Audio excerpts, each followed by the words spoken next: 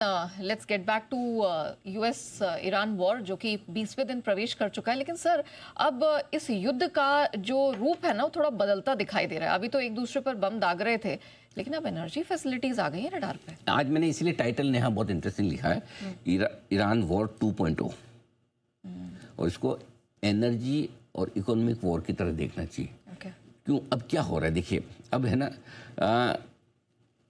Iran no doubt कमज़ोर तो हो रहा है, एक के बाद एक उसके लीडर्स जा रहे हैं, लेकिन अब उसने लड़ाई है ना एनर्जी ठिकानों की तरफ मोड़ दी। और वैसे मोड़ी भी है तो उन्होंने नहीं पहल की, ये पहल इजराइल की तरफ से हो। क्या रहा है, अब ईरान को लेकर अमेरिका और इजराइल के बीच में थोड़े से मतभेद दिख रहे हैं। इजराइल ये चाहता है कि for once and for all वो पूरी तरह से ईरान को ख़त्म करना चाहता है। अमेरिका ख़त्म तो करना चाहता है, लेकिन not at the cost of energy and economic situation, क्योंकि उसको पता है कि ज़्यादा दिनों तक एनर्जी के दाम ऊपर रहे, एनर्जी से मेरा मतलब है तेल और गैस, तो दुनिया उनके अगेंस्ट हो जाएगी। क्योंकि भाई साहब आपने खुद का तो तेल पे सेल्फ डिपेंडेंट हो गए, अमेरिका तो एक्सपोर्ट भी करता है, अब आपको क्या फ़र्क पड़ता है तेल के दाम बढ़े?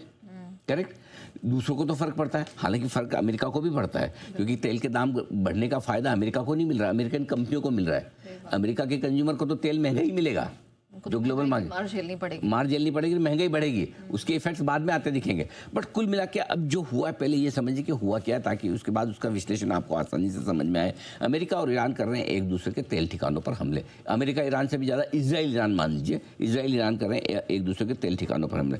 कल इजराइल ने ईरान के और कतर के एक जॉइंट गैस फील्ड, जहाँ से कतर सबसे बड़ा गैस निकालता है दुनिया में, उसकी और ईरान की बॉर्डर लगी है, तो वो आधा इधर जाता है। गैस का तो गैस के लिए थोड़ी बाउंड्री और बॉर्डर लाइन होती है, तो पाइप्स बनी हुई हैं। वो ना पंछी हवा नदिया के जो कि कोई सरहद न रोके, वैसा वाला गैस को भी कोई सरहद कैसे रोकेगी? करेक्ट। तो ये गैस फील्ड पर हमला किया है। इस हमले से दुनिया का सबसे बड़ा गैस फील्ड है पार्स, जो कुछ ईरान में कुछ कतर में, वहाँ पर बड़ा भारी नुकसान हुआ है। क्लियर है? इस हमले में इंटेलिजेंस मिनिस्टर जो है ईरान के, अब वो भी गए, लारीजानी साहब भी गए थे, एक बीच में एक और कौन से गए थे, दो एक साथ गए थे ना, लारीजानी साहब और एक और, फिर उसके पहले काफ़ी एक एक करके उनके लीडर्स वो खो रहे हैं। अब ईरान ने इसके बदले में तगड़ी और जवाबी कार्रवाई की है। उन्होंने भी ईरान के ने कतर के गैस फील्ड पर आक्रमण कर दिया। वही गैस फील्ड है जो कतर की तरफ है, ठीक है। साथ ही उन्होंने ये भी कहा सऊदी अरब और यूएई दोनों के ऑयल गैस ठिकानों पर भी हम हमले कर सकते हैं अगर ये हमारे ठिकानों पर हमले हुआ। और इसके बाद ही कच्चे तेल में बड़ा उछाल आया है। कच्चे तेल में उछाल आकर ये 111-112 डॉलर तक भी पहुंचा था। अभी मेरे ख्याल से देखना पड़ेगा किस लेवल पर है, आ गया कितना, 111 के आसपास है। और कल जो बंद हुआ है 108 के ऊपर, वो जुलाई 2022 के बाद का सबसे हाईएस्ट लेवल क्लोजिंग बेसिस पे। वैसे तो हमने 119-50 डॉलर देखा था, 120 डॉलर राउंड फिगर में मान लीजिए पिछले हफ्ते, लेकिन ये 120 का डॉलर हो गया। अब हो क्या रहा है कि युद्ध का पूरा फोकस ऑयल एंड गैस पे आ गया। अब क्या है, 20 दिन के युद्ध में आप 4 बम डालें या 40 बम डालें, मरे हो को मारे, उस पर बहुत फर्क नहीं पड़ता। अब आप तेहरान की पिक्चर देखेंगे तो आपको खंडर नजर आएगा, हार्डली कुछ बचा है जमीन के ऊपर, जो कुछ है नीचे बंकर में। करेक्ट। सो ऐसे में अब जो युद्ध का डायरेक्शन है ना वो बदल रहा है, पूरी तरह से तेल और गैस पर हो रहा है। और ईरान भी अब इस लड़ाई को एनर्जी और इकोनॉमिक वॉर की तरह से लड़ रहा है, एनर्जी की लड़ाई के तौर पर लड़ रहा है। बोला भाई मेरे पास लास्ट में कुछ नहीं बचा तो मैं क्या करूँगा, मैं हॉर्मुज़ बंद करके बैठा रहूँगा, निकाल के देखो, जो हॉर्मुज़ में आएगा उसको मारूंगा, और जो मेरे दोस्त हैं उनको हॉर्मुज़ से निकलने दूंगा। तो उसमें होगा क्या कि वो पूरा कैंप 2 बन जाएगा। करेक्ट, वो करने की कोशिश हो रही है। ये सारी चीज़ें, और यही इस कच्चे तेल में उबाल आ रही। अभी सुबह सुबह एक रिलीफ वाले बयान आए ट्रंप की तरफ से। ये ट्रंप ने ये कहा है कि इजराइल ने अमेरिका से पूछे बगैर ईरान के गैस फील्ड पर हमला किया है, इस पर अमेरिका की सहमति नहीं है। अमेरिका ने उनको डांट लगाई है, और डांट लगाने के बाद इजराइल ने बोला कि आगे से नहीं करेंगे, हम हमला नहीं करेंगे। ठीक है, इसका मतलब बहुत साफ है, ट्रंप चाहते ही नहीं कि तेल और गैस के दाम बढ़े। ट्रंप की सबसे कमज़ोर नस इस वक्त तेल और गैस के दाम है, 2 तरीके से। नंबर 1, जितने तेल और गैस के दाम बढ़े रहेंगे उतने यूरोप, नेटो, भारत, जापान, चीन, सारे देश उसके अगेंस्ट होंगे, क्योंकि उनकी सबकी बैलेंस शीट खराब होती है। दूसरा, जितने तेल के दाम ऊपर बने रहेंगे उतना रशिया को फायदा, जो उनका सबसे बड़ा दुश्मन है चीन के बाद।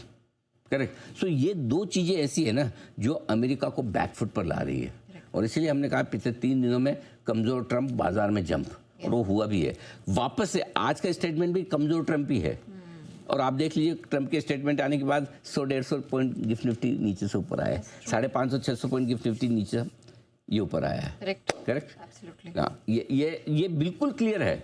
कमजोर ट्रम्प बाजार, आप देख लीजिएगा, लिख के रख लीजिए, मैं आपको फिर आज जोर से बोल रहा हूँ, बाजार जितना ज़्यादा ट्रम्प कमजोर होते दिखेंगे उतना बाजार तेजी से बढ़ेगा, क्योंकि इस युद्ध को ट्रम्प ही खत्म करेंगे और कोई कर नहीं सकता।